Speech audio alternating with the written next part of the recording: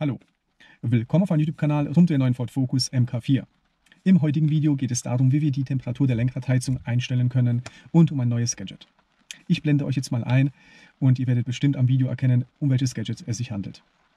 Wie ihr seht, sehen wir jetzt unser Lenkrad ohne eingeschaltete Lenkradheizung und jetzt schalte ich die Lenkradheizung ein und wir sehen die einzelnen Adern, die im Lenkrad verbaut sind, um die Lenkradheizung zu ermöglichen. Ihr habt es festgestellt, es geht um eine Wärmebildkamera. Ich habe diese Wärmebildkamera von Topdon zur Verfügung gestellt bekommen. Vielen, vielen Dank dafür. Wollte ich schon immer mal haben, weil man einfach damit viele tolle Sachen machen und sehen kann. Was kann man damit machen, fragt ihr euch? Also in der Wohnung natürlich Kälte, Wärmebrücken überprüfen. Ich repariere relativ viele Sachen. Vor kurzem auch meine Waschmaschine, wo einfach das Mainboard durchgebrannt ist, beziehungsweise eine Komponente durchgebrannt ist. Hat mich ein bisschen Zeit gekostet, das Ganze auszumessen und herauszufinden, wäre mit der Wärmebildkamera ein einfaches gewesen. Einfach anschließen. Also Wärmebildkamera anschließen, Mainboard anschließen und dann sieht man, wo entsteht die Hitze, also welches Teil hat einen Kurzschluss und ja, erspart einem viel, viel Zeit. Ich habe leider hierzu kein Video, weil es schon länger her ist. Aber auf jeden Fall Wärmebildkamera eine richtig coole Sache. Habt ihr auch gesehen, bei der Lenkradheizung sieht man dann auch die einzelnen Stränge. Wenn also irgendwo was kaputt ist, kann man das dann direkt erkennen. Am Lenkrad, an zum Beispiel eine Heizung, die ihr hier vorne verbaut habt oder hinten an der Heckscheibe, falls einzelne Stränge kaputt sind, sieht man das direkt mit der Wärmebildkamera. Ja, ich kannte vorher Topdon nicht. Die haben mir ja schon mal was zugeschickt, habe ich mal ein Video gemacht, habe ich immer hier unten. Das ist dieser Jump Starter, also ein Startgerät für Notfälle und natürlich eine Powerbank und eine Lampe. Habe ich immer unterm Sitz. Falls ihr das Video nicht kennt, verlinke ich euch hier oben in dieser Infokarte. Richtig geiles Teil. Und ich habe mich jetzt ein bisschen schlau gemacht über Topdon, kannte die vorher nicht und die machen richtig gute Sachen. Viele Sachen fürs Auto, OBD-Geräte, professionelle OBD-Geräte, Wärmebildkameras, die natürlich auch bei der Diagnose beim Auto benutzt werden. Programmieren, also man kann Schlüssel ans Auto anlernen, bieten die alles an. Und was mir bei Topdon sehr, sehr gut gefällt, also neben der Qualität der eigentlichen Geräte, ist eigentlich dieses Hardcase hier. Man kann also alle Geräte, die man bekommt, überall mittransportieren. Man muss sich nicht Gedanken machen, wo lege ich das jetzt hin. Das ist also in diesem Hardcase drin. Es kann also nichts passieren. Kannst überall mitnehmen. Das gefällt mir richtig gut. Echt klasse. Und hier sehen wir auch die Wärmebildkamera. Ein Kabel wird mitgeliefert, Mikrofasertuch und ich schließe jetzt das Ganze ans Handy an und zeige euch mal ganz, ganz kurz, was man damit sieht und werde euch dann zeigen, wie man die Lenkradheizung denn einstellt. Ihr ladet euch die App runter, die nennt sich TC001, wie auch die Wärmebildkamera, die nennt sich auch TC001. Verlinke ich euch übrigens unten in der Videobeschreibung und auf meiner Internetseite. Topdon hat mir hier einen Code hinterlegt oder mitgeteilt, der ist unten erwähnt, damit bekommt ihr die Kamera nochmal günstiger. Also unten in der Videobeschreibung nachschauen oder auf meiner Internetseite. Ja, Gerät angeschlossen, App runtergeladen und dann wird nachgefragt, mit welcher App das Ganze gestartet werden soll. Ich habe noch eine andere App installiert, deshalb würde er mir jetzt hier zwei Sachen zur Auswahl anzeigen. Und ich wähle jetzt die CC001 App aus und dann ist das Ding auch gestartet. Wir haben hier die Möglichkeit, Einstellungen vorzunehmen. Temperaturkorrektur können wir einnehmen, braucht man normalerweise nicht.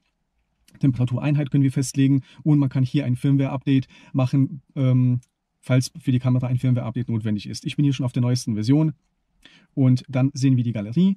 Die ganzen Fotos und Videos, die wir mit dem Gerät machen, sind hier abgespeichert. Temperaturüberwachung kann man über einen längeren Zeitraum sich ein Video erstellen und dann die Temperatur beobachten.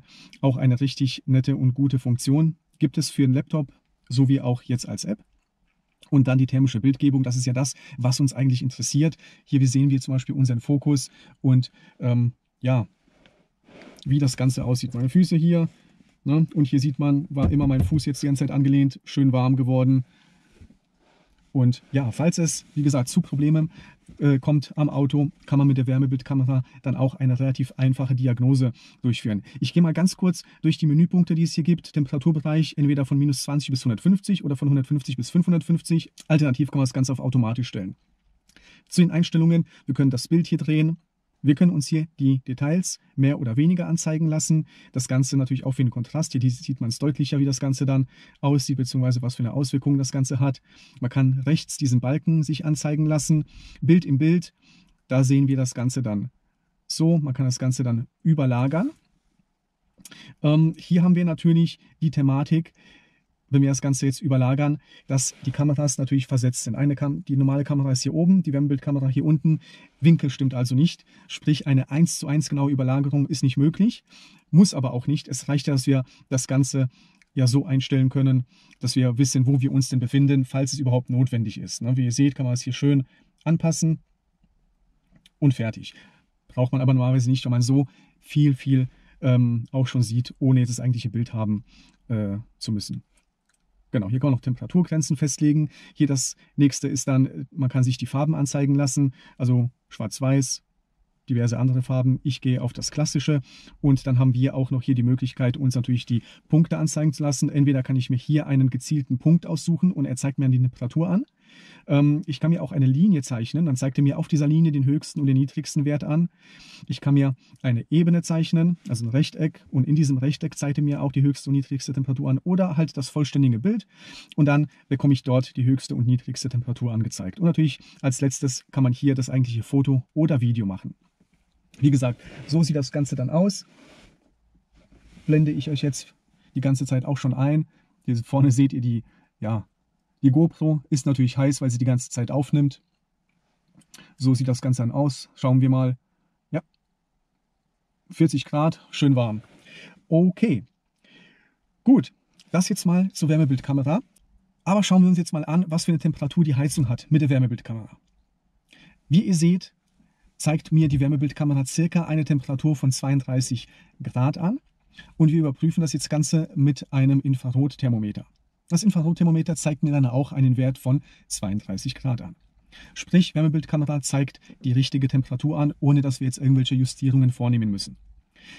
Aber wir wollen ja eigentlich die Temperatur von der Lenkradheizung einstellen. Das machen wir wie immer natürlich über die Forscan-Software. Wir verbinden uns jetzt mit der Forscan-Software mit dem Auto, gehen dann auf das entsprechende Modul und wählen den Punkt aus, der für die Lenkradheizung zuständig ist. Eingestellt sind bei mir 30 Grad. Gemessen wurden 32 Grad, sprich 2 Grad wärmer als das, was eingestellt ist. Ich stelle das Ganze jetzt mal auf 28 Grad um und speichere das ein. Ist das Ganze umgestellt, schauen wir uns jetzt nochmal mit der Wärmebildkamera an, ob das Ganze dann auch funktioniert hat. Müsste jetzt auf ungefähr 30 Grad sein und sind es auch. Wenn man jetzt nicht gezielt genau auf die einzelnen Stromleitungen, Adern geht, dann stimmt die Temperatur überein. Natürlich, dort wo der Strom durchfließt, dort ist es ein Tickchen heißer. Somit können wir jetzt über diese Einstellung einstellen, welche Temperatur wir an der Lenkradheizung haben möchten. Ich persönlich würde jetzt die gesetzten standmäßigen 30 Grad nie überschreiten. Einfach um einen Defekt an der Lenkradheizung auszuschließen, nicht, dass es irgendwie überhitzt oder sonst irgendwas. Ihr könnt also gerne natürlich das Ganze runtersetzen, das ist jetzt meine persönliche Meinung. Hochsetzen würde ich jetzt vermeiden. Wie immer, alles geschieht auf eigenes Risiko. Ja, wie ihr es gesehen habt, eine richtig coole Sache, diese Wärmebildkamera. Und jetzt wisst ihr auch, wie man die Temperatur der Lenkradheizung einstellt. Nochmal, falls ihr Interesse an der Wärmebildkamera habt, unten in der Videobeschreibung oder auf meiner Internetseite könnt ihr euch das Ganze mal anschauen. Inklusive dem Code bekommt ihr noch einen kleinen Rabatt. Ich hoffe, dieses Video hat euch gefallen. Daumen hoch, wünsche euch noch einen schönen Tag und bis zum nächsten Mal. Ciao!